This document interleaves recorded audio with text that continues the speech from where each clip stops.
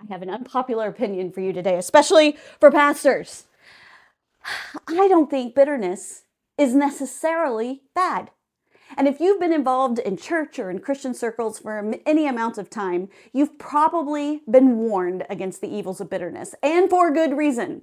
The New Testament has 4 different places where it warns us against being bitter. The problem is defining the term bitterness, a lack of nuance, and impatience. It can be misleading to define bitterness as resentment and unresolved anger without also addressing the hurt and the harm that had caused that anger.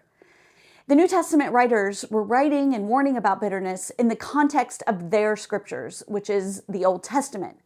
And the Old Testament defines bitterness as the emotion felt when you're faced with injustice and harm. And the Old Testament always gives space, lots of room for bitterness to be explored, to be heard, to be listened to. And so when we rush people out of bitterness, when we condemn bitterness without that nuance and without that context, we're being impatient with people.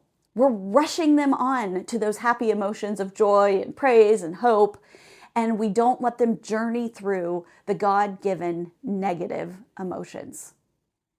If you've ever felt the sting of being accused of being bitter, follow along with me in the next few weeks as we look at why bitterness is necessary to getting better.